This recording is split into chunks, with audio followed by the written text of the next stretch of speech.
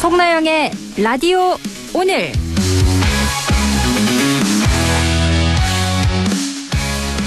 여러분 안녕하십니까? 송나영입니다. 코스피가 오늘 사상 처음으로 6천을 넘어섰습니다.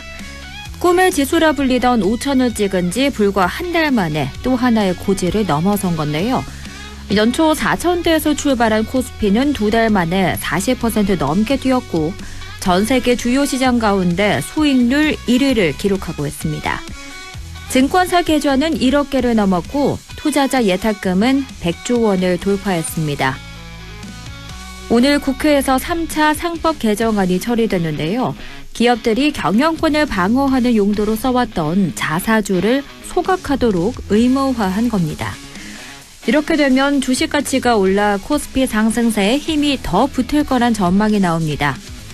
그간 우리 주식시장의 성장 걸림돌이었던 코리아 디스카운트가 하나둘 해소되고 있는 걸까요? 일시적인 현상이 아니라 우리 경제의 기반 강화로까지 연결되길 기대합니다. 안동문화방송 라디오 오늘 광고 듣고 시작합니다. 기대고 싶은 기대하고픈 저축은행 당신의 기대 저축은행에 기대세요. 기대고 싶은 기대하고픈 저축은행 예금 적금에 대출까지도 저축은행에 기대세요. 기대만큼 기댄 만큼 행복이 온다. 저축은행 미래 에셋 미래 에셋 투자는 미래 에셋 AI 자산 배분 디지털 현금 투자는 더 미래 에셋 증권. 원금 손실 유의, 투자 전 상품 설명서 및 약관 필독. 안전화가 이렇게 편해도 돼요? 나도 모르게 집에까지 신고 간다니까요.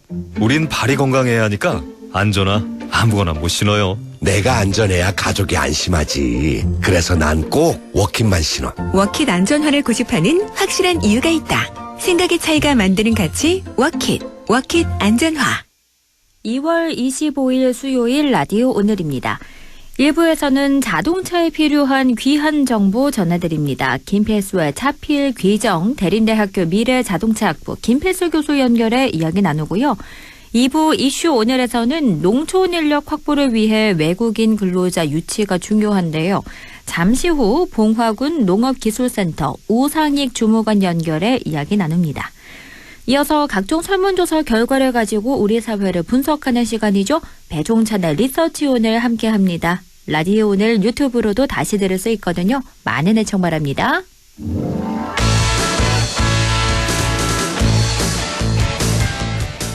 차에 필요한 귀한 정보 전해드립니다. 김필수의 차필 귀정 대림대학교 미래자동차학부 김필수 교수 연결해 이야기 나눕니다. 교수님 안녕하십니까? 네, 지금 연결이 고르지 않은 점 청취자 여러분들께 양해 말씀드립니다. 오늘 저희가 차에 대한 이야기 늘 하는 이야기죠. 퇴근길에 다들 안전운전 잘하고 계신가요? 어제 눈이 내렸다 보니까 갑자기 내린 눈으로 당혹감 가지셨던 분들 많을 텐데요. 안전운전 하시길 바라고요. 계속해서 차에 대한 이야기 나눠보도록 하겠습니다. 교수님 안녕하십니까? 네, 안녕하세요. 최근에 테슬라의 FSD 상륙 소식부터 자율주행에 대한 이야기 참 많은데요. 먼저 이 자율주행차의 정확한 정의부터 정리해 주실까요? 네, 자율주행차 하면은 자동차 시스템이 사람을 대신해서 목적지까지 빠르고 안전하게 이동시켜주는 미래의 자동운전 장치다 이렇게 보시면 돼요. 그러니까 네. 사람이 있건 없건 간에 자동으로 해주는 거니까 우리가 꿈이라고 생각했던 이 방법이 앞으로 구현이 된다는 측면에서 자율주행차가 기대하는 부분이 상당히 커진다고 볼 수가 있고요. 아마 이런 시대가 오면은 면허도 필요 없는 이런 시대가 머지않아서 다가온다고 볼 수가 있습니다. 그런데 다들 자율주행에 대해서 얼핏 알고 있긴 한데 이게 정확히 어떻게 나뉘는 건지는 잘 모르거든요. 자율주행에도 단계가 있다면서요? 맞습니다. 이 자율주행에 약 15년 전에 미국 자동차 공학회에서 정의를 했어요. 레벨 0부터 레벨 5까지 6단계이지 않습니까? 네. 6단계로 이 점차 고도화되는 이런 기능을 나눴는데 레벨 0는 100% 사람이 운전하는 거예요. 그리고 레벨 1은 우리가 이 스마트 크루즈라든지 또 차선 이탈 경보 장치 요새 차에 많이 들어가지 않습니까? 네. 이런 것들이 레벨 1이라고 보시면 되고 이 앞차와 옆차 이 간극을 자동으로 조정해서 차선을 따라서 잘 가는 시스템 좀 더 이 진보된 게 레벨 2라고 보시면 될 것 같아요. 네. 그래서 지금 현재 고급차에는 레벨 2 개념까지도 많이 들어가 있어요. 레벨 2. 또 네. 레벨도 레벨 3로 가기 전에 레벨 2.5도 있고 뭐 종류가 굉장히 많거든요. 그리고 레벨 3 하게 되면은 미국이나 중국 로보택시 들어보셨을 거예요. 대도시에서. 네, 들어봤습니다. 이 로보택시가 레벨 3 개념이다. 이렇게 보시면 되고 아하. 레벨 4가 진짜 자율주행차 시작이에요. 그러니까 레벨 4는 아까 목적지까지 빠르게 안전하게 이동시켜준다 말씀드렸는데 특별히 비상시에만 사람이 개입하는 것을 레벨 4라고 보시면 되니까 자율주행차다 그러면은 레벨 4가 진짜 시작점이다 이렇게 보시면 되고요. 레벨 5는 사람이 있건 없건 간에 100% 안전하게 이동시켜주는 거니까 우리가 네. 꿈의 이동장치 레벨 5는 사실 구현을 꿈으로 놔두는 겁니다. 그래서 레벨 4가 진정한 자율주행차의 시작이니까 아까 지금 뭐 미국, 중국 레벨 3라고 말씀드렸잖아요. 네. 아직까지는 이 자율주행이라는 차라는 말을 쓰기는 좀 어려운 운전 보조 기능이다라고 보시면 더 좋을 것 같습니다. 아, 그렇군요. 그럼 요즘 차량에 장착된 스마트 크루즈 이런 기능들이 자율주행이 아니라 운전 보조다. 이렇게 보면 되는 거죠? 맞습니다. 국내에서 뭐 여러 번 사고 발생을 해서 사망사고까지 여러 번 이어진 게 스마트 네. 크루즈라든지 앞뒤차의 간격 고속도로에서 그러면은 이 빨라지면 앞차가 빨라지면 나도 빨라지고 느려지면 나도 느려지고 이런 스마트 크루즈 시스템 또 어댑티브 크루즈 이런 말을 쓰거든요. 네. 이런 장치 또 뭐 에이다스 시스템 또 아까 말씀한 FSD 같은 거 네. 이런 것들 수입차에 장착돼서 들어오는데 다 운전 보조 기능이라고 보시면 돼요. 근데 이거를 너무 믿고 운전하다가 자기도 모르게 이 사고가 일어나서 사망사고까지 일어나죠. 예를 들어서 졸음운전이 최대 90%까지 사망률 높습니다라고 얘기하는 거는 우리가 보통 차가 사고 일어날 때 브레이크를 잡으면서 사고 나니까 속도가 줄어들지 않습니까? 네, 그렇죠. 그리고 몸이 긴장을 하기 때문에 사고가 일어나더라도 부상의 정도나 이런 것들을 어느 정도 경감시키는데 졸음운전은 속도를 줄이질 않고 부닥치고 또 몸이 긴장 상태, 준비가 안 돼 있기 때문에 네. 사망률이 높은 거예요. 근데 이 운전 보조 기능 아까 이런 기능을 놓고 운전하다가 사망률이 그렇게 높은 이유가 이 졸음운전하고 똑같습니다. 상황이. 아하, 네. 왜냐면 이 기능에다 놓고 뭐 휴대폰을 본다든지 시야를 딴 데 베끼고 경치 구경한다든지 또 졸음운전을 한다든지 네. 이런 상태에서 부닥치게 되면 역시 이 사망 확률 굉장히 높기 때문에 이 기능 너무 믿지 마시라고 분명히 말씀드리고요. 또 이 네. 기능이 뭐 100번은 잘하다가도 그 한 번이 바로 사고로 이어지거든요. 아하, 그렇죠. 네, 그런 네. 측면에서 이 기능에 대한 경각심 높일 필요가 있고 또 사실 신차 파는 딜러들도 이 부분을 너무 믿지 마세요라는 경고성 있죠. 네. 이 부분이 필요한데 그런 것이 없거든요. 도리어 기능 활용하면 좋습니다라고 얘기하니까 네. 운전자 입장에서는 너무 믿고 이 기능을 눌러놓고 운전하는 경우 점차 많아지고 있어서 걱정이 늘어난다고 볼 수가 있습니다. 운전자들이 이런 장치를 과신하면 안 된다 이런 말씀해 주셨는데 그러면 자율주행 관련된 전용 보험이나 법제도는 현재 우리나라에서 어떻게 구비되어 있나요? 아직 준비가 안 돼 있어요. 아, 그러다 안 보니까 돼 있나요? 이 관련된 사고가 생기게 되면은 그냥 종합보험에 이 지원해주는 정도로 그냥 끝납니다. 네. 예. 자차라든지 뭐 이런 것들이 그냥 그 정도만 해주는 거지 미국이나 이런 데서는 전용 보험들이 이미 개발돼서 나오고 있거든요. 그래요. 그래서 혹시 사고가 생기거나 사망사고가 생기게 되면은 이 차량 자체에다가 법적 인격체에 대한 부분들을 부여를 하면서 이 보상의 정도가 완전히 틀려지고 있고요. 네. 그래서 우리도 좀 필요하다 이렇게 좀 보고 있는데 아직까지는 준비가 좀 안 돼 있고 특히 아마 이 전국적으로 자율주행 지역이라고 해서 이 몇 대씩 이렇게 운전자가 앉아서 운전을 안 하지만은 이런 기능의 차가 많이 운전해서 빅데이터를 많이 모으고 있거든요. 네. 서울 같은 경우에도 강남 지역에 이러한 택시가 이 운영이 되고 있는데 문제는 운전자는 앉아 있습니다. 아하. 운전자는 앉아 있고 네. 큰 간선도로 넓은 도로만 다니고 이면도로는 사람이 운전해야 되고요. 그리고 스쿨존도 사람이 운전해야 되고 이것저것 다 뺍니다. 빼면은 빅데이터의 의미가 별로 없거든요. 그러게요. 네. 이 데이터라는 것이 횡단보도에서 사람이 지나다니거나 자전거, 오토바이 뭐 여러 가지가 있을 경우에 차가 어떻게 대응하는지 또 차선 차로 변경할 때도 어떻게 하는지 이런 데이터가 실제로 가장 중요한 데이터고 이런 걸 학습시켜야지 네. 자율주행차가 더 점점 똑똑해지는데 이 데이터 자체가 이것저것 빼버리고 그러면은 데이터로서의 의미가 별로 많이 사라진다라는 측면도 있고 특히 네. 우리나라가 이게 규제가 굉장히 강화되어 있는 국가인데 왜냐하면은 이 규제가 강화되면은 실험도 못 하고요. 또 자신감을 잃어버리는 이유가 우리나라 사망사고에 대한 네 죄를 네가 알렸다 그러면은 누가 그렇죠. 나오겠습니까? 네. 네, 그래서 테스트도 필요하고 빅데이터도 모아야 되고 다른 국가 대비해서 이 기술이 뒤떨어져도 안 되고 그러면서도 문제가 생겼을 때 이 정확하게 판단하고 또 보험이라든지 각종 제도적 뒷받침에 대한 이런 것들도 같이 진행을 하면서 또 소비자들한테 이거의 장단점도 알려주고 이 부분을 명확히 해주는 것이 중요하다 볼 수가 있습니다. 지금 미국이나 중국은 자율주행이 레벨 3까지 와 있다라고 표현을 해주셨는데 우리나라는 지금 어느 정도 위치에 와 있다고 보십니까? 레벨 2라고 보시면 돼요. 그러니까 이제 한 단계 정도는 뒤떨어지는데 네. 이 시간적으로 보면은 약 2년에서 3년 뒤떨어집니다.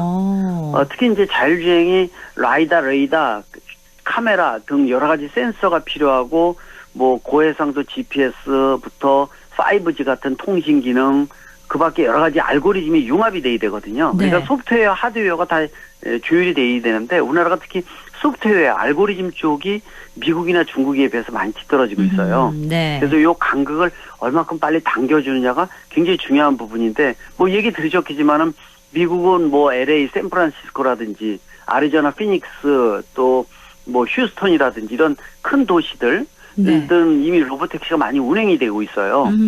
중국도 13개 대도시에서 운행하는데 이러한 중국 같은 데서 로보택시 타면은 유인 운전하는 거에 한 반액 정도 받는 데가 많습니다. 그러니까 금액을 반만 받는 거죠. 네. 예, 로보택시를 운영을 하는 거. 근데 뭐 위험성에 대한 거 100% 보장이라는 건 없으니까요. 네. 그래서 근데 상당히 빅데이터가 많이 모아지고 있고 또 기술 수준도 굉장히 빨라지고 있다는 거기 때문에 그래서 레벨 4 아까 진정한 자율주행차가 언제 오느냐라고 말씀드리면은 한 네. 4년, 5년 이후에 옵니다. 4, 5년 후면은 바뀌어야겠는. 그러면 맞습니다. 본격적으로 레벨 4가 오니까 그때는 차에다가 안심화가 맡길 수 있는 이런 시대가 머지않아서 다가온다고 보시면 좋을 것 같아요.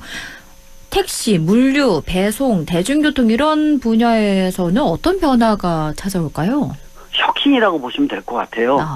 그때 되면은 물류 같은 경우에도 이미 테스트를 많이 했는데 고속도로에서 전용 자율주행 차선을 지정을 해주는 거죠. 그리고 여기에다가 트레일러 같은 거 10대가 붙어서 달리는 거예요. 뭐 예를 들어 서울에서 부산까지 트레일러가 10대 가려면은 10명의 기사가 운전을 해야 되고요. 네. 중간에 두세 번 쉬어야 되고 밥도 먹어야 되고 화장실에 들려야 되고 또 앞뒤차의 간격 100km 달리면 100m 이상 뛰어야 되지 않습니까? 그렇죠. 근데 전용 자율주행 차선에다가 이 트레일러를 얹게 되면은 10대가 시속 100km 달리는데 앞뒤차의 간격이 한 10m도 안 뛰는 거죠.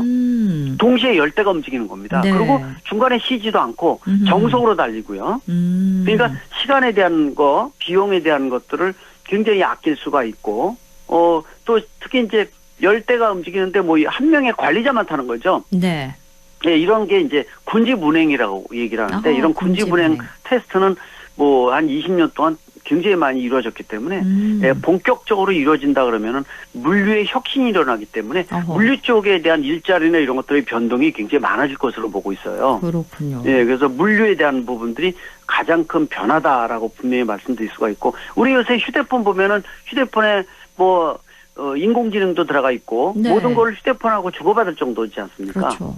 근데 앞으로 몇 년 있으면은요, 이 휴대폰 기능이 차에 들어간다고 보시면 돼요. 100%요. 이 휴대폰에 바퀴 붙인 겁니다. 아하. 차하고 운전을 안 하는 거죠. 네. 차하고 말 주고받고요. 내가 가고 싶은데 얘가 알아서 운전해주고, 음주운전도 없어지는 거죠. 내가 운전을 안 하니까요. 예, 음주하고 목적지까지 이동시켜주고, 뭐 이런 시대가 머지않아서 온다고 보시면 되니까, 아까 모두에서 말씀드린 대로, 뭐 머지않아서 면허증이 필요 없는 시대에도 본격적으로 등장한다. 근데 뭐 아마 자율주행하고 유인운전하고 겸용도 나올 거예요. 운전의 재미가 있지 않습니까? 네, 그렇죠. 운전하고 가다가 피곤해 자율주행 시켜야지 그러면 스위치 딱 누르면은 핸들하고 브레이크 페달 뭐 가속 페달이 안으로 쏙 들어가고요. 내 좌석은 뒤로 휙 돌아가면서 뒷좌석하고 사람하고 얘기하고 차는 자율주행하는 거죠. 네, 이런 시대도 머지않아서 온다고 보시면 되니까 이제 가시적인 시점까지 왔다. 예전만 하더라도 보이지 않았지만 이제는 보이는 몇 년, 4, 5년 이후에는 굉장히 크게 등장할 가능성이 높다고 보고 있습니다. 그러면 이런 자율주행 기술이요. 우리나라가 글로벌 최고 수준으로 도약하려면 지금 가장 시급한 과제는 뭐라고 보시나요? 역시 기술 수준을 좀 더 높여야 된다는 게 첫 번째고요. 네. 그다음에 빅데이터가 많이 모여야 돼요. 빅데이터. 국내에서 실질적으로 필요한 길거리에서의 각종 데이터, 경험에 대한 것들을 좀 더 학습 기능을 통해서 좀 더 똑똑한 자율주행차를 만들어줘야 되고 이러기 위해서는 우리나라 제도가 규제 일변도의 포지티브 정책에서 네거티브로 바꿔야 됩니다. 네. 네거티브로 바꾸기 위해서는 이 운전자 또 경험자들한테 알리는 것도 중요하고 아까 말씀드린 보험이라든지 정책도 바꿔야 되고요. 그런 통합적인 부분들이 한꺼번에 다 이루어져야 되는데 그 속도를 좀 높여야 되고 또 이 비용이 기업에다 맡길 수 있는 게 아니라 수조 원 이상이 들어가는 비용들이거든요. 네. 그래서 각국 정부에서 정부까지 나서서 산학 연관 융합적으로 움직여서 주도할 수 있는 이 미래의 기술을 선점하기 위한 노력을 각 국가마다 진행하는데 우리나라도 예외는 아니기 때문에 좀 더 그 부분에 있어서는 가속도를 높여서 간격을 좁혀야 된다고 보고 있습니다. 그렇군요. 이렇게 오늘은 자율주행에 대한 이야기 이모저모 나눠봤습니다. 오늘 말씀 잘 들었습니다. 고맙습니다. 네, 감사합니다. 지금까지 김필수의 차필 귀정 대림대학교 미래자동차학부 김필수 교수와 함께했고요. 라디오 오늘 2부에서 뵙겠습니다.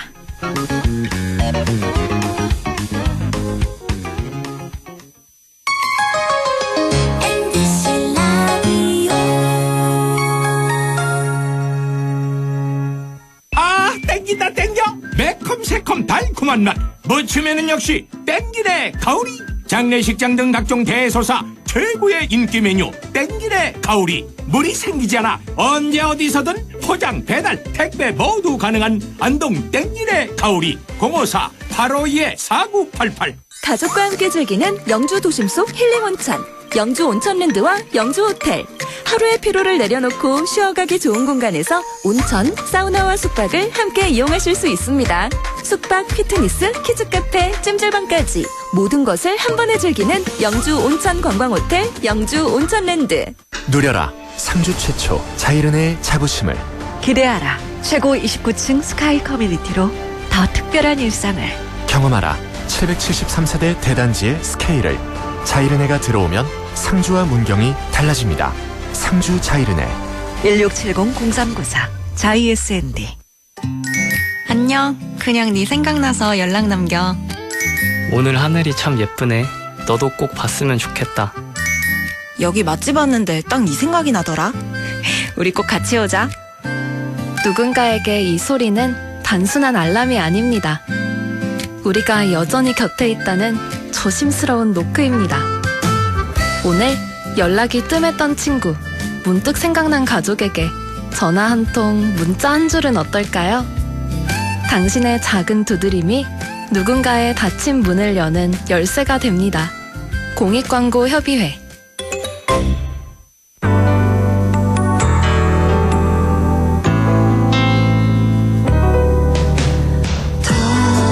어렵던 날도 많았죠. 우리 함께 한다면 따스함을 느껴요. 사랑이 있어요. 소중한 꿈을 이뤄봐요.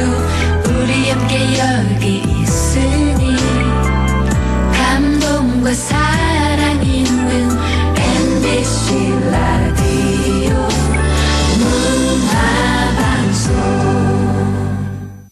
100.1 MBC 라디오.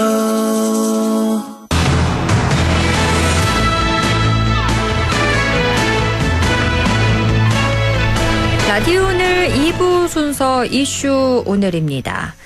우리 농촌이 고령화하며 지자체마다 농촌의 인력난이 커진 상황인데요. 이런 문제 해결을 위해 외국인 근로자 확보를 위한 노력도 활발하게 이루어지고 있습니다.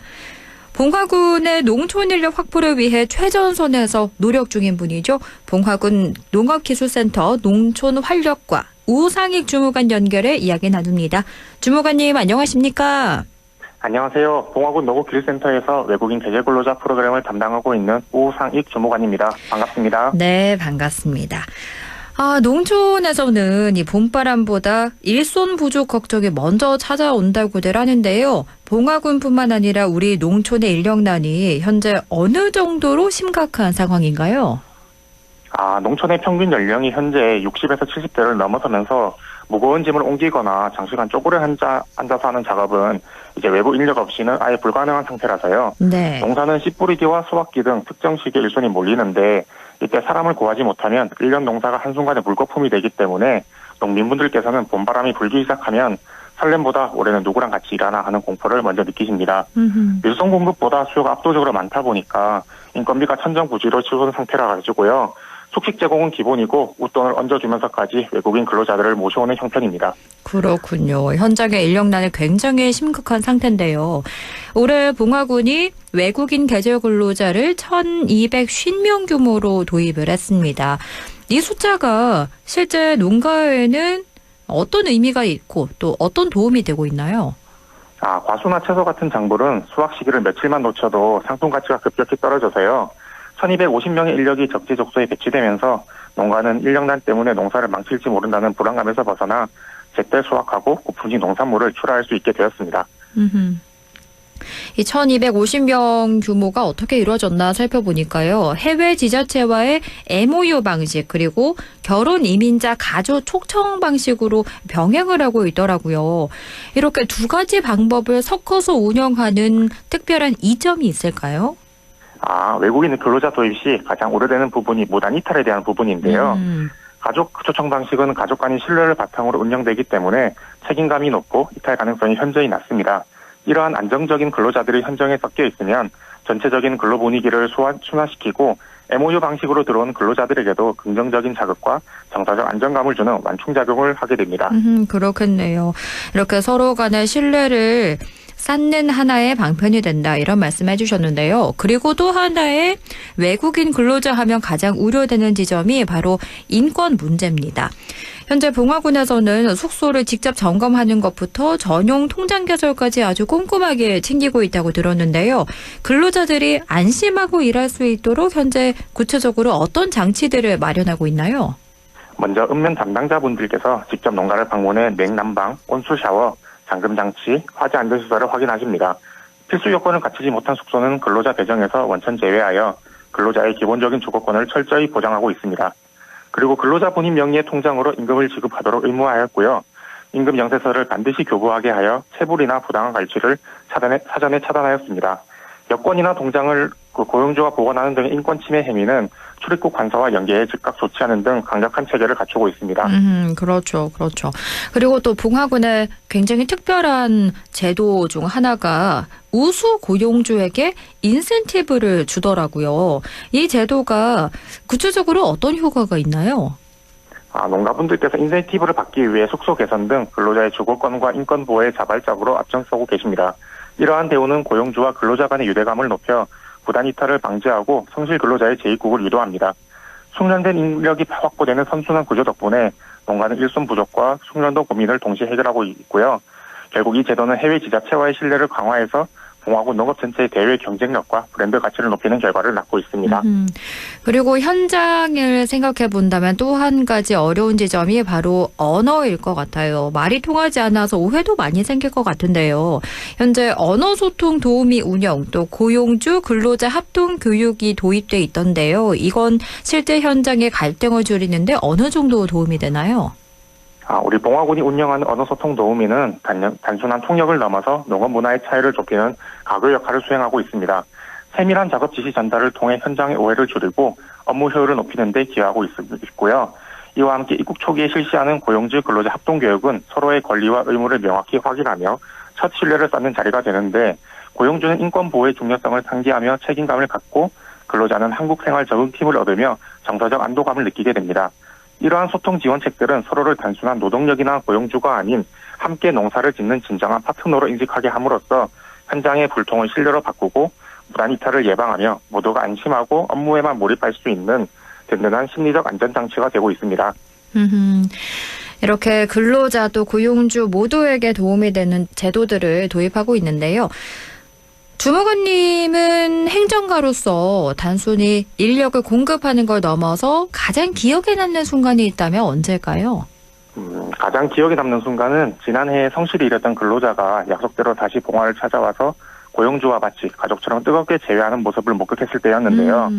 단순히 1250명이라는 인력을 공급하는 행정적 수치보다는 더 큰 보람이 어떤 것이냐면 국경을 넘어 사람과 사람 사이에 쌓이는 깊은 신뢰를 확인하는 과정이 있었습니다. 네. 농가는 절박한 인력난을 해결하고 근로자는 봉화회사의 소득으로 본국 가족의 꿈을 이루어가는 모습을 보며 우리의 행정이 누군가의 삶의 실질적인 희망이 되고 있다는 확신을 얻었습니다. 외국인 근로자들이 봉화를 단순한 일터가 아닌 두 번째 고향이라 부르며 지역사회 일원으로 정을 나누는 매 순간이 사람과 사람을 잇는 이 사업의 진정한 가치를 증명해주는 가장 소중한 기억이라고 생각합니다. 그렇겠네요. 근로자들이 봉화를 두 번째 고향이라 부르며 다시 돌아올 때 보람을 느낀다. 이렇게 말씀해 주셨습니다. 그럼 이제 또 농번기 시작되는데요. 올 한 해 봉화 농사가 차질 없이 진행되길 바라는 농민들과 또 멀리에서 온 근로자들에게 전하고 싶은 말씀이 있다면 들어볼까요? 네. 곧 시작될 농번기를 앞두고 설렘과 걱정이 교차하실 우리 농민 여러분, 그리고 낯선 타국 땅이지만 희망을 품고 봉화를 찾아오는 근로자 여러분, 반갑습니다. 봉화의 넓은 들녘에서 흘리는 여러분의 땀방울은 단순히 농산물을 키워내는 것을 넘어 우리 지역 경제를 지탱하고 누군가의 식탁에 행복을 전하는 소중한 생명줄입니다. 농민 여러분께는 외국인 근로자가 단순한 조력자가 아닌 영농 파트너가 되어드리고 근로자 여러분께는 봉화가 고된 일터가 아닌 따뜻한 제2의 고향이 될 수 있도록 저희 봉화군이 든든한 가교가 되겠습니다. 말은 조금 서툴고 문화는 다를지라도 풍년을 염원하는 그 간절한 마음만큼은 모두가 하나라고 믿습니다. 올 한 해 서로를 존중하고 아끼는 마음으로 손을 맞잡는다면 그 어떤 어려움도 이겨내고 풍성한 결실을 거둘 수 있을 것입니다. 봉화군은 여러분이 안심하고 농사에만 전념할 수 있도록 현장의 목소리에 귀 기울이며 끝까지 함께하겠습니다. 여러분 모두의 건강과 풍년을 진심으로 기원합니다. 감사합니다. 네, 이렇게 농촌을 고령화하며 인력난 커진 상황인데요. 외국인 근로자 관련된 여러 제도 이야기 나눠봤습니다. 오늘 말씀 잘 들었습니다. 고맙습니다. 네, 감사합니다. 지금까지 봉화군 농업기술센터 농촌활력과 우상익 주무관과 이야기 나눴습니다.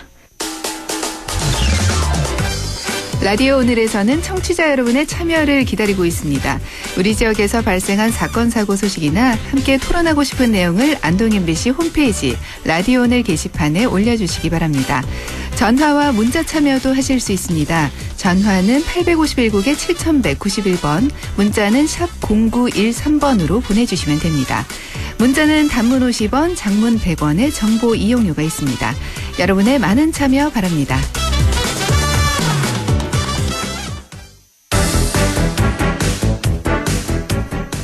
리서치 오늘 인사이트 K 배종찬 연구소장과 함께합니다. 소장님 안녕하십니까? 안녕하십니까? 배종찬입니다.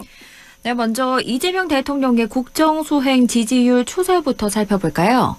네, 조금씩 올라가고 있습니다. 그러니까 지방선거를 앞두고 이재명 대통령의 국정 긍정 지지율이 올라가고 있는 추세라는 것인데요. 오늘 소개드리는 모든 조사는 중앙선거여론조사 심의위원회 홈페이지에서 확인 가능합니다. 리얼미터가 에너지경제신문의 의뢰를 받아 지난 19일, 20일 양일간 실시한 무선 자동응답 조사 결과인데요. 이재명 대통령의 국정수행에 대해 어떻게 평가하는지 물어봤습니다. 잘하고 있다는 긍정평가 58.2%로 직전 조사보다 더 높아졌어요. 네. 잘 못하고 있다는 부정평가는 37.2%로 직전 조사보다는 조금 내려온 결과로 나타났습니다. 이 대통령의 지지율이 높게 계속해서 유지가 되고 있는데요. 가장 크게 영향을 주는 건 뭘까요? 참 흥미로운 게요. 이 리얼미터 조사는 또 날짜별로도 19일, 20일 조사됐다라는 말씀을 드렸거든요. 네. 그러니까 날짜별로도 뭐 이틀이긴 합니다만 날짜별로도 이제 결과가 나오는데 19일보다는 20일 더 가까운 시점에 조사가 올라갔어요. 오. 엄청 올라갔습니다. 네. 직전 조사와 비교를 해본다면 실제로 지난 이 명절 직전에 금요일 날은 53점, 추세를 말씀드리는 겁니다. 네. 53.2였던 조사가 이번 조사에서는 58점, 20일 당일 날 58.2로 나타났거든요. 뭘까요? 바로 주가입니다. 결국 대통령 긍정 지지율에 가장 크게 지지율에 영향을 주는 것은 바로 ESC입니다. E economy. 그 다음에 S는 security, 외교안보. 그 다음에 네. C는 communication이거든요. 다 중요합니다. 그런데 대통령 국정수행의 70에서 80%를 차지하는 건 경제입니다. 물론 이제 경제를 이 평가하는 기준은 여러 가지입니다만 네. 그래도 당장 눈앞에 보이는 수치가 주가거든요. 네. 지금 6천을 돌파했어요. 네. 그리고 코스닥도 1000스탁이 됐습니다. 일각에서는 뭐 3000스탁 이야기도 나오고 이럴 정도입니다. 그러다 네. 보니까 지금 그런데 물론 뭐 이제 공매도 비율이 늘어났다라는 아주 구체적인 그런 분석도 있습니다만 그럼에도 저럼에도 불구하고 지금 대체적인 외국의 투자 자문기관의 올해 내의 전망치도 상당히 높거든요. 그러니까 뭐 국내의 투자 자문사, 증권사도 있겠습니다만 우리가 굴지의 이 투자 이 자문기관이라고 한다면 JP 모건, 골드만삭스거든요. 네. 다 올라간대요. 7,500, 7,800 이야기가 나옵니다. 특히 이제 아주 신중하기로 이름이 알려진 곳이 바로 일본의 노무라 증권이거든요. 네. 그러니까 노무라 같은 경우에서도 더 오를 것이다. 7,500, 7,800을 이야기하고 있기 때문에 다른 이유보다는 결국 뭐 이제 이 주가가 올라가는 게 유가증권 시장도 그렇고 코스닥 시장도 그렇고 기술 관련주 시장도 그렇고 이게 뭐 이재명 대통령의 국정 수행과 딱 연관지을 수는 없어요. 그럼에도 불구하고 네. 제3차 상법 개정안에 자사주 소각 의무가 또 통과됐죠. 이런 일련의 사항들 그리고 무엇보다도 삼성전자 또 SK 하이닉스 요즘에는 삼릭이라고 그럽니다. 두 개를 네. 붙여서 삼릭이 그곳까지 갈 수 있을까 이야기했던 100만 원이 넘어가면 한 주당입니다. 그러니까요. 그걸 우리는 황제주. 네. 또 삼성전자는 항상 우리가 6만 전자냐 8만 전자냐 막 이랬거든요. 네. 20만 전자를 돌파했습니다. 그러니까 이런 것들이 어쨌거나 저쨌거나 간에 대통령 지지율에는 경제고 주가 이걸 무시할 수가 없기 때문에 그 이유가 가장 큰 것으로 풀이됩니다. 네. 말씀해 주셨다시피 오늘 6천 코스피를 넘어섰는데요. 그런데 문제가 이제 부동산 정책이에요. 그렇죠. 서울을 비롯한 이 수도권에 이재명 대통령이 강력한 의지를 드러내고 있는데요. 이건 지방선거에 어떤 영향 미칠까요? 부동산이 참 어려워요. 그러니까 네. 이제 오히려 그동안 통설처럼 이어져 왔던 것은 민주당 정권이 되면은 부동산이 올라간다. 그러니까 이제 안동이 고향인 분들도 서울에 자녀분들이 이제 학교 가고 이렇게 되면 또는 뭐 직장 취업하면 아이고 서울에 집 한 채 있어야 됐긴데 뭐 이러거든요. 네. 그러면서 또 마용성, 마포, 용산, 성동 다 뭐 이 TK 또 호남 다 올라와서 충청 올라와서 서울에 집을 사다 보니까 구하다 보니까 네. 아파트 아파트 가격이 천정부지로 올라갈 수가 없고 말 그대로 이제 이 수요가 공급보다 높다는 거예요. 우리가 말하는 수요 공급의 곡선에 의해서 D가 S보다 많기 때문에 올라갈 수밖에 없는 구조입니다. 네. 그런데 이재명 대통령의 이 전략은 이른바 우리가 말하는 액션, 그 다음에 이 기대, 익스펙트, 그 다음에 마지막으로 이제 효과 이 부분이거든요. 근데 이제 그 동안에는 이 조치, 액션만 있고 뒷부분이 안 받쳐졌어요. 그러니까 네. 시들시들 해버렸단 말이에요. 무기력해졌거든요. 대부분의 네. 부동산 정책이. 28번의 정책이 나왔던 문재인 정부도 그렇고 윤석열 정부는 부동산 정책다운 정책이 없었고. 그렇죠. 근데 이제 시장에 맡겨뒀단 말이에요. 근데 이대로는 안 되겠다. 대통령이 초지일간 지지율이 높을 때 주가가 높을 때 밀어붙이는 겁니다. 이게 뭐냐. 그렇다고 해서 서울의 부동산, 경기도의 부동산 가격이 안정될 거냐. 그건 5년 뒤 임기 다음이에요. 또 10년 뒤에 올 수 있는 그런 이 현상이란 말이거든요. 부동산 가격이 어떻게 될지는. 근데 중요한 건 지금 심리거든요. 그러니까 이재명 대통령은 이 에드워드 버네이저의 유명한 정치공학 전략입니다. First move advantage. 선점 전략이에요. 부동산 관련된 심리를 꽉 치는 겁니다. 그러다 보니까 여기에다 대고 다른 주장들이 못 들어오는 거죠. 네. 그래서 말 그대로 다주택자, 그 다음에 임대주택 사업자, 그 다음에 농지까지 이렇게 농지까지 파고들면서 아니 땅 사고 논 사고 밭 사고 농사 안 지어요? 그러면 강제매각 해야 되는 거 아닙니까? 네. 예의가 없어. 딱 이렇게 치고 나오거든요. 그러니까 이른바 대통령의 부동산 정책 관련해서는 심리적 견인 전략이 먹혀있다.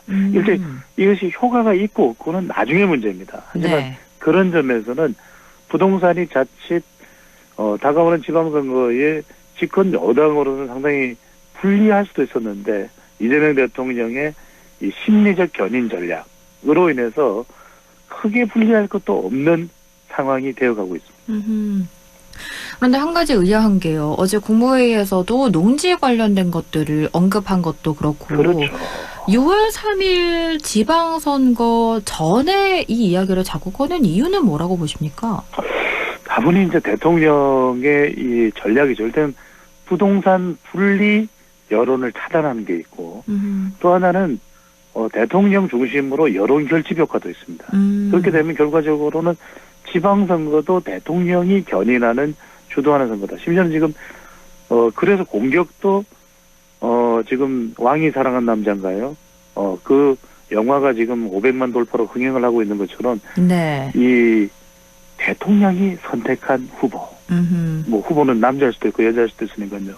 그러니까 이른바 정원호 후보 쪽으로 그래서 우리 송영길께서 말씀해 주신 대로 또 화살이 가는 거죠. 그러니까 이제 지금 서울의 도봉구의 김재섭 의원은 오세훈 시장의 강력한 라이벌이 지금 떠오른 인물이 정원호 서울 성동구청장이거든요. 네. 아니 어떻게 태어나자마자 농지를 소유할 수 있습니까? 이것이야말로 대통령이 지적해야 되는 거 아닙니까? 이렇게 이야기하는 거예요. 네. 그러니까 말 그대로 부동산 이슈로 불을 품고 있는 상황에서 대통령이 이 5월 9일 날짜를 이 기준으로 해서 아마라는 이야기를 하지만 아마 유예될 수 있다. 절대 그런 일은 없다. 양도세 중과도 부활이 됩니다. 네. 이제는 세금 매깁니다. 그러니까 이제 대통령이 강한 의지를 표명하면서 이번 선거는 물론 뭐 안동 선거도 중요하고 TK 선거도 중요합니다만 무엇보다도 수도권 선거가 중요할 수밖에 없거든요. 그렇죠. 격전당입니다. 네. 그러다 보니까 여기서 부동산 이슈와 관련된 부분을 오히려 이재명 대통령이 아까 제가 말씀드렸죠. 선점 전략을 통해서 불리하지 않는 구도로 가는 전략으로 해석됩니다. 현재 정당 지지율 추세는 어떤가요? 그러니까요. 이게 정당 지지율 지금 그동안 국민의힘이 계속해서 자동응답 조사는 나쁘지 않아요라고 이야기했던 것인데 네. 이번 리얼미터 같은 개요입니다. 조사를 보면 어느 당을 지지하는지 물어본 결과 민주당 48.6%, 국민의힘 32.6%입니다.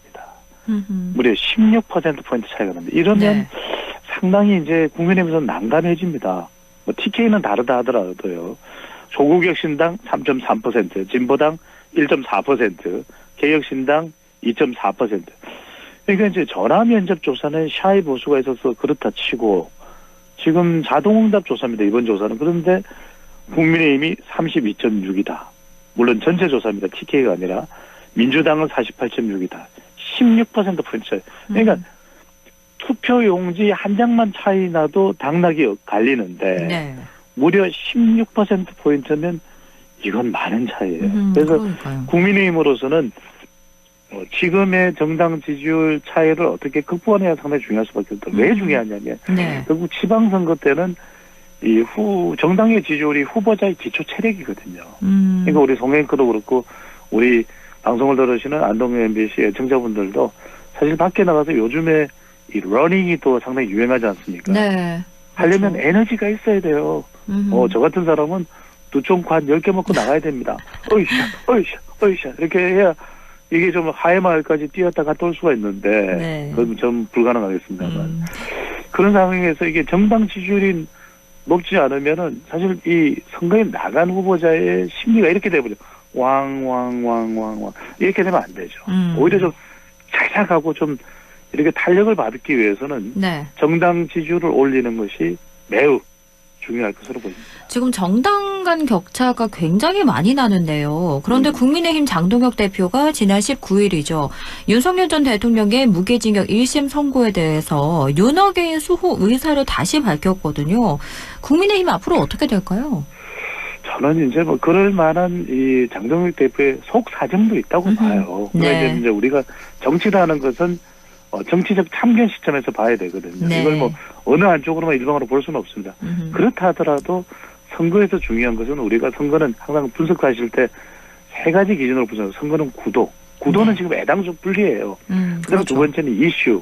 뭐라도 부동산이 됐든 또는 골목 상권이 됐든 자영업 주부층들의 체감 경기가 됐든 그걸 가져와야 됩니다. 환율, 물가, 집값 이걸 쫓아가야 되는 국민의힘으로서는 가져와야 돼요. 네. 그다음에 마지막으로 후보인데 자 지금 정원호, 박찬대, 그다음에 우상호 또 만약에 대구 경북에서 또 김부겸 전 총리 나오는 다 대통령의 어쨌거나 저쨌거나 간에 대통령도 안동 출신이에요. 그렇죠. 그런데 이런 영향을 받거든요. 네. 근데 이런 상황에서 당이 똘똘 뭉쳐야 되는데 장동혁 대표는 지난 19일 대통령의 1심 선고가 내려지고 난 그 다음날 이렇게 이야기를 합니다. 장동혁입니다. 왜 우리는 대통령의 무죄 추정에 대해서 다른 이야기를 하는 겁니까? 오세훈 시장은 왜 패배를 이야기합니까? 우리는 지지 않았습니다. 지지 않을 겁니다. 근데 이렇게 이야기해서 당이 이 위기감이 고취되고 더 결집을 하고 한동훈 전 대표는 지금 27일 날 대구 서문시장으로 달려간다는데 이런 문제가 해결되면 모르는데 지금 앞서 분석을 해드렸듯이 네. 지지율이 안 올라가거든요. 그렇죠. 그래서 이제 속 사정은 이해갑니다. 뭐 전한계 씨나 고성국 씨나 그런 이 강성 지지층들을 결집해야 된다라는 그런 속 사정도 있겠죠. 그럼에도 불구하고 중요한 것은 우리는 선거는 확장 싸움이거든요. 네. 어떻게 이 중도층을 확장할까, 또 외연을 확대할까, 이 묘수가 있느냐가 장동혁 대표에게는 더 절실할 것으로 보입니다. 그럼 민주당으로 가볼게요. 민주당 내에서요. 이재명 대통령에 대한 재판 공소 취소 및 국정조사 모임, 즉 공취모가 결성이 됐는데요. 이게 가장 끈끈한 친명 조직으로 분석이 되고 있습니다. 그러다 보니까 정청래 대표를 중심으로 한 친청파와의 충돌이 좀 불가피해 보이거든요. 그러니까요. 이게 심상치가 않습니다. 왜냐하면 저는 처음에 공취모라 그래서 노량진 모임인가 공무원 취업 모임 이런 건 줄 알았어요. 그런데 이재명 대통령 공소 취소 모임 및 국정조사 모임이에요. 네. 그럼 이거는 이제 이재명 대통령을 중심으로 해서 단단하게 뭉쳐지는 친명파입니다. 그런데 지금 어떤 상황이 벌어지고 있냐면 아시잖아요. 지난번에 합당이 중도 무산되는 과정에서 얼마나 피 철철 흐르는 싸움이 벌어졌습니다. 눈에 그렇죠. 보이는 피는 아닙니다. 네. 하지만 그 정도로 긴장감이 완연했다라는 거예요. 이른바 정청래 대표를 둘러싼 친청파. 여기에 이 문재인 전 대통령 친문 세력이 있는 것이고 김어준 또 유시민 작가 이름까지도 거론되고 있습니다. 그런데 여기에 또 공친모가 만들어지니까 공소 취소 모이면 이게 어떻게 현직 대통령의 재판 리스크를 깡거리 없애버리겠단 말이에요. 물론 거기에는 또 검찰이 조작 기소가 됐다라는 민주당 나름의 또 명분이 있습니다. 근데 이것에 대해서 유시민 작가가 직격을 해버렸단 말이에요. 미친 짓입니다. 이러니까 또 이 모임에 박성준 의원이나 또 다른 이 의원들도 친명 의원들은 또 발끈해가지고 이건태 의원은 아예 지난번에 전준철 변호사를 2차 종합특검의 특별검사로 추천한 것에 대해서 이건 반역이고 배신입니다. 빨리 사퇴하십시오. 뭐 이런 이야기까지도 하는 상황이거든요. 네. 그러다 보니까 갈등이 최고조에 이르러요. 그래서 지금 이 싸움이 6월용이 아니다. 8월용이다. 그러다 보니까 8월에 이 정청래 대표와 김민석 총리의 피 터지는 싸움이 벌어질 것이고 그러다 보니까 오죽했으면 지금 2심 상고 포기를 통해서 무죄가 확정돼 버린 송영길 전 대표까지 이 싸움에 참전하고 있거든요. 네. 그러니까 뭐 조국 대표는 싸우지들 말고 조국의 선택을 읽어보십시오. 뭐 이런 또 이야기를 하고 있어요. 그러니까 이게 지금 민주당 내부로서는 아니 똘똘 뭉쳐서 지방선거를 대비해야 되는 거 아니냐는 이야기가 나오는데 오히려 서로 간에 아주 극심한 갈등이 되고 있다. 물론 만약 이런 상황에서 국민의힘 지지율이 높거나 또는 상승 추세에 있거나 국민의힘이 딱 똘똘 뭉쳐서 아주 강한 이 선거 경쟁력을 또 윤 어게인에 대한 부분도 정리가 됐다면 민주당이 이러지 못할 수도 있어요. 근데 민주당이 국민의힘이 조금 뭐 그렇게 좀 지리멸렬한 상태인데 망연자실한 상태인데 그럼 우리는 중요한 게 선거가 아니라 8월 전당대회가 더 중요해. 네. 이런 상황으로 인식되는 거 아니야. 말 그대로 당내의 갈등은 친정파와 친명파로 그 갈등은 극심해지고 있습니다. 그렇군요. 이 세력 갈등이 6월용이 아니라 8월 전당대회용으로 갈등이 점점 더 불거지고 있는 것이다. 이렇게 분석까지 해주셨습니다. 한 주간의 시사 이슈 다뤄봤습니다. 오늘 말씀 잘 들었습니다. 고맙습니다. 감사합니다.